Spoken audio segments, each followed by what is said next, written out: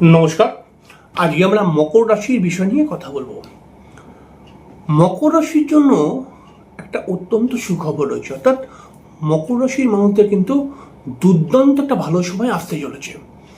হ্যাঁ, এই সময় আসছে 12 বছর পরে এই বৃহস্পতি মকর রাশির সপ্তম স্থানের মধ্যে আসবে, যেটা 2রা জুন থেকে 31শে অক্টোবর অবধি এই বৃহস্পতি কিন্তু কর্কট রাশি মানে মকর রাশির সপ্তম স্থানের মধ্যে থাকবে। এবং এই সময়ে মকর রাশির মানুষরা কিন্তু অত্যন্ত বেশি লাভ পাবে বা সব দিক থেকে শুভ এদের কিন্তু ঘটবে। দেখুন, মকর রাশি একটা স্ট্রাগল লাইফের মানুষ। মকর রাশির অধিপতি গ্রহ শনি, এবং প্রত্যেকটি মকর রাশি কিন্তু তাদের জীবন কিন্তু প্রচণ্ড সংঘর্ষের জীবন। এই মকর রাশির মানুষদের ক্ষেত্রে যেহেতু মকর রাশির ষষ্ঠ ঘরের মধ্যে, অর্থাৎ যেহেতু মকর রাশির সব থেকে প্রথম যেটা বলবো, মকর রাশির দ্বিতীয় ঘরের মধ্যে কিন্তু রাহু বসে রয়েছে এখন। এর ফলে অনেক দিন থেকে বসে রয়েছে, 1 বছর তো হয়ে গেল। তো 1 বছর ধরে মকর রাশির মানুষরা কিন্তু কিছু কিছু মকর রাশির ক্ষেত্রে আর্থিক টানাটানি, পারিবারিক কলহ, বিবাহিত জীবন নিয়ে সমস্যা, মকর রাশির মাঝে মধ্যেই ডিপ্রেশন, মাথা গরম করে 2-4টে উল্টোপাল্টা কথাবার্তা বলে ফেলছে, এগুলো কিন্তু কম বেশি চলছে। কিন্তু এই 2রা জুন থেকে 31শে অক্টোবর বৃহস্পতি যখন কর্কট রাশির মধ্যে এসে যাবে, তখন এই মকর রাশির মানুষদের মধ্যে কিন্তু একটা দুর্দান্ত পজিটিভ চেঞ্জ দেখতে পাবো আমরা। এই চেঞ্জটা কিন্তু, এই যে মকর রাশির জীবনে একটা পরিবর্তন আসছে, একটা যে পজিটিভ চেঞ্জ ঘটছে, এই চেঞ্জটাকে যদি মকর রাশির মানুষরা বা এই ভালো সময়টাকে যদি মকর রাশির মানুষরা কাজে লাগাতে পারে, তাহলে অনেকগুলো পজিটিভ ঘটনা মকর রাশির জীবনে কিন্তু ঘটে যাবে। আমি একটা একটা করে এক্সপ্লেন করছি, আপনারা ব্যাপারটাকে বুঝুন। দেখুন, সোজা কথায় যদি আমরা আসি, তাহলে মকর রাশির সপ্তম স্থানের মধ্যে বৃহস্পতি যখন আসবে, মকর রাশি এমনি একটা ধার্মিক মেন্টালিটির রাশি বলা যেতে পারে। এদের মধ্যে স্পিরিচুয়াল মাইন্ড প্রচণ্ড থাকে, আধ্যাত্মিক মানসিকতার একটা মানুষ হয়, এবং এরা খুব বাস্তব মাইন্ড নিয়ে চলে। এরা যেমন ভগবানকেও মানে, এরা তেমন বিজ্ঞানকেও মানে। এইবার এই বৃহস্পতি যখন সপ্তম স্থানে আসবে, তখন এই সপ্তম স্থান থেকে মকর রাশির ওপরে দৃষ্টি দেবে। এই মকর রাশির ওপরে দৃষ্টি দেওয়ার ফলে মকর রাশির কিন্তু বেশ কিছু পরিবর্তন আমরা দেখতে পাবো। প্রথম যেটা দেখতে পাবো, মকর রাশির মানুষদের মধ্যে যে একটা মানসিক ডিপ্রেশন এসেছিল, একটা কনফিউশন এসেছিল, মকর রাশির মানুষরা মনে করছিল আমি কি জীবনে পারবো দাঁড়াতে, এই জায়গাটা বৃহস্পতি কিন্তু পুরোপুরি খতম করে দেবে। অর্থাৎ মকর রাশির মানুষদের মধ্যে একটা কনফিডেন্স তৈরি করবে বৃহস্পতি, হ্যাঁ তুই দাঁড়াতে পারবি। এর ফলে মকর রাশির মানুষরা চেষ্টা করতে শুরু হবে। দ্বিতীয় নম্বর কথা, মকর রাশির ছোট ছোট ছেলে মেয়ে যারা পড়াশোনা করছে, তাদের কিন্তু পড়াশোনার মান বৃদ্ধি পাবে। অর্থাৎ তাদের পড়াশোনার রেজাল্ট ভালো হবে, বা পড়াশোনার আপনি পার্থক্য বুঝতেই পেরে যাবেন যে এই 2রা জুনের আগে যে পড়াশোনার মান ছিল আর 2রা জুনের পরে যে পড়াশোনার মান, বিশাল বিস্তর অন্তর খুঁজে পেয়ে যাবেন। 3 নম্বর পয়েন্টে কি বলবো, মকর রাশি এই বৃহস্পতি যখন সপ্তমে চলে আসবে, প্রথম যেটা করবে এই বৃহস্পতি, মকর রাশির আর্থিক সংকট যেটা চলছিল, আর্থিক ক্রাইসিসের মধ্যে মকর রাশি যেটা ছিল, সেই ক্রাইসিসটা কিন্তু পুরোপুরি কেটে যাবে। এবং মকর রাশির কিন্তু রোজগারের নতুন কিছু পথ তৈরি হবে। যে সমস্ত মকর রাশির ছেলেমেয়েরা ব্যবসা করতে চাইছে, তাদের ব্যবসার দিকে পজিটিভ কিন্তু, তারা কিন্তু ব্যবসা খুলতে পারে, ব্যবসা খোলার জন্য কিন্তু খুব পজিটিভ। এছাড়াও মকর রাশির যে সমস্ত ছেলেমেয়েরা বিবাহ করতে চাইছে, তাদের বিবাহ হবার একটা যোগ তৈরি হবে। যে সমস্ত মকর রাশির ছেলেমেয়েদের বা পুরুষ বা মহিলাদের বিবাহিত জীবন নিয়ে কোনো সমস্যা চলছে, তাদের বিবাহিত জীবনের সমস্যা কিন্তু 2রা জুনের পর থেকে অনেকাংশে কেটে যাবে। তবে একটা কথা খেয়াল রাখতে হবে, দেখুন 2রা জুনের পর থেকে 31শে অক্টোবরের মধ্যে আপনার বিবাহিত জীবনে যদি কোনো প্রবলেম থাকে, সেই প্রবলেম কিন্তু কেটে যাবে। কোন প্রবলেম কেটে যাবে? যেই প্রবলেমটা আপনার ডিভোর্সের কাছে নিয়ে চলে যাচ্ছিল, যেই প্রবলেমটায় আপনার মনে হচ্ছিল এই বিবাহিত জীবন মনে হয় টিকবে না, ছাড়াছাড়ি হয়ে যাবে, সেই জায়গাটা কিন্তু টিকিয়ে দেবে বৃহস্পতি এসে। কিন্তু আপনি যদি একজন মকর রাশির মহিলা হন, তাহলে আপনার হাজবেন্ড, আর আপনি যদি একজন মকর রাশির পুরুষ হন, তাহলে আপনার ওয়াইফের মাঝে মধ্যেই মাথা গরমের প্রবণতা দেখতে পাবেন। এটা কিন্তু হবেই, ঠিক আছে?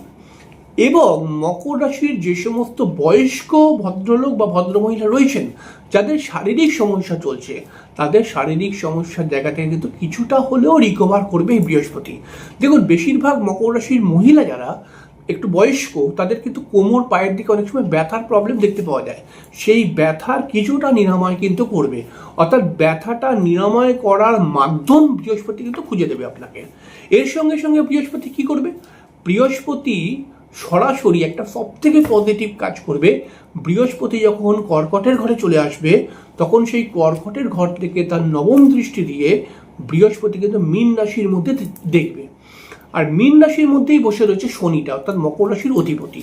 এর ফলে রাশির অধিপতির ওপরে বৃহস্পতির দৃষ্টি, এটা কিন্তু একটা অন্য রকমের জগৎ তৈরি করবে আপনার মধ্যে। আপনার ভেতরে পরিশ্রম তো আপনি এমনি পরিশ্রমী, আরও বেশি পরিশ্রম করার মানসিকতা তৈরি হবে।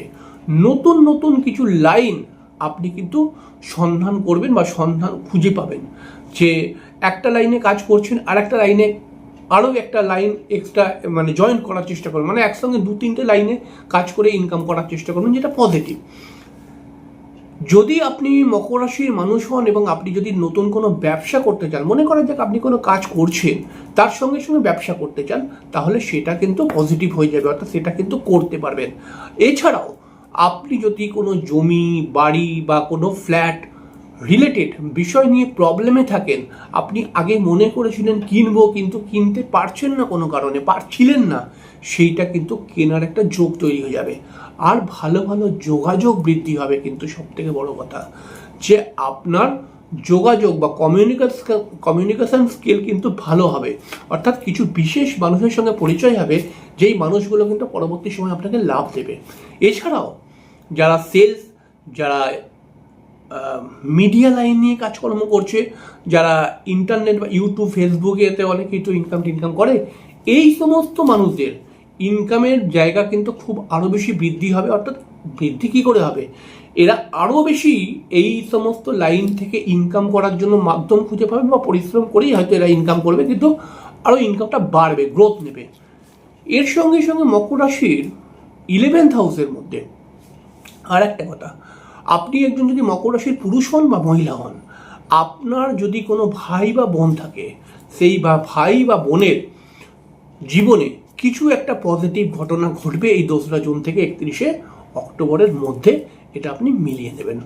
এবং বৃহস্পতি যেহেতু আপনার 3য় ঘরের মধ্যে দৃষ্টি দিচ্ছে, তাই কিন্তু আপনার বাড়িতে কোনো মাঙ্গলিক অনুষ্ঠান হবার সম্ভাবনা রয়েছে, আপনার কিন্তু কোনো তীর্থ ভ্রমণ হবার সম্ভাবনা রয়েছে কিন্তু এই সময়টার মধ্যে। এবার দেখুন, বৃহস্পতি কর্কটের ঘরে যখন আসবে, তখন মকর রাশির 11শ ঘরকে বৃহস্পতি দেখবে, এটাও কিন্তু খুব পজিটিভ। 11শ ঘরের মধ্যে বৃহস্পতির দৃষ্টি পড়া মানে যে আপনার প্রথম যেটা ব্যাপার, সেটা কিন্তু আর্থিক সংকট যেটা চলছিল, সেটা পুরোপুরি এই বৃহস্পতি খতম করার চেষ্টা করবে। এবং আপনাকে আর্থিক ডেভেলপমেন্ট, মানে অর্থের কারণে কোনো কাজ কিন্তু আপনার আটকাবে না। হ্যাঁ, হতে পারে যে আপনার হয়তো হাতে পয়সা নেই, কিন্তু আপনি দেখবেন যেই মুহূর্তে কোনো কাজ চলে আসবে যেখানটা পয়সার প্রয়োজন, সেইখানে কোথাও না কোথাও থেকে পয়সা আপনার জোগাড় হয়ে যাবে। এই জন্য তো আমরা অনেক সময় মজা করে বলি, 11শে বৃহস্পতি থাকা বা বৃহস্পতির দৃষ্টি পড়া মানে ভূতে পয়সা জোগায়, এরকম একটা কথা রয়েছে। তো এই হচ্ছে ব্যাপার, যে 11শ ঘরের মধ্যে বৃহস্পতির দৃষ্টি দেওয়ার ফলে আপনার কিন্তু আর্থিক উপার্জন বৃদ্ধি পাবে, অর্থ সংকট ঘুচে যাবে, এবং অর্থের জন্য কোনো কাজ অন্তত আটকাবে না। এবং আপনি 11শ ঘরে যখন বৃহস্পতির দৃষ্টি পাবে, তখন আপনি দেখবেন আপনার ভিতরে কিন্তু একটা আধ্যাত্মিক মাইন্ড, একটা আধ্যাত্মিক মনোভাব আপনার মধ্যে কিন্তু বেড়ে যাচ্ছে অটোমেটিক্যালি। এবং একটু জ্ঞানমূলক পড়াশোনা বা একটু শিক্ষামূলক পড়াশোনা বা একটু কিছু শেখার প্রতি আপনার একটা আগ্রহ তৈরি হবে। মানে কেমন ব্যাপারটা, যে ঠিক আছে আমি তো সংসার করছি, সবই করছি, ঠিক আছে, আমি বরঞ্চ এই জিনিসটা সংসারের মধ্যে থেকে শিখবো, হয়তো জ্যোতিষ শিখবো বা তন্ত্র শিখবো বা কিছু একটা শিখবো আমি, এই মানসিকতা কিন্তু আপনার মধ্যে তৈরি হবে। আর একটা প্লাস পয়েন্ট, আপনি কোনো আপনার বন্ধু বা বান্ধবের কাছ থেকে বিশেষ কিছু সাহায্য পেতে পারেন। এই ঘটনাগুলো আপনার জীবনে ঘটবে। তাই এই জন্য আমি বলছি, একটা দুর্দান্ত সময় আপনি কিন্তু পাবেন। এবার এই সময়ের উপরে যদি আপনি একটুখানি চেষ্টা করেন, একটুখানি পরিশ্রম করেন, একটুখানি বুদ্ধি খাটান, এই 2রা জুন থেকে 31শে অক্টোবরের মধ্যে কি বুদ্ধি খাটান যে নিজেকে কি করে আরও বেশি উন্নত করা যায় বা উন্নতি করতে পারবো বা প্রতিষ্ঠিত হতে পারবো আরও নিজে কি করে, এই বুদ্ধি যদি খাটান তাহলে বৃহস্পতি আরও বেশি আপনাকে হেল্প করবে। হ্যাঁ, যে সমস্ত মানুষদের ক্ষেত্রে উন্নতি হয়তো আসছে না, তারা শুধু একটা কাজ করবে, শুধুমাত্র বৃহস্পতিবার দিনকে তারা কিন্তু মানে যারা উন্নতি হচ্ছে না বা আরও বেশি উন্নতি চাইছে, তারা একটা কাজ করবে, বৃহস্পতিবার দিনকে একটু হলুদ গোলা জলে, অর্থাৎ আপনি একটা বাথটবের মধ্যে চান করবেন, বাথটবের জল দিয়ে সেই জলটার মধ্যে একটুখানি 1/2 চামচ হলুদ দিয়ে দেবেন। হ্যাঁ, আমরা যে হলুদটা তরকারি করে খাই ওই হলুদটাই দিয়ে দেবেন, একটু ভালো করে গুলিয়ে নেবেন, ওই জলটা চান করে নেবেন।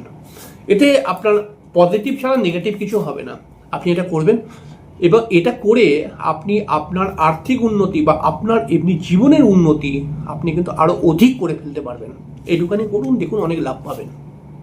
যাই হোক, পরের দিকে আরেকটি অনুষ্ঠান নিয়ে চলে আসবো।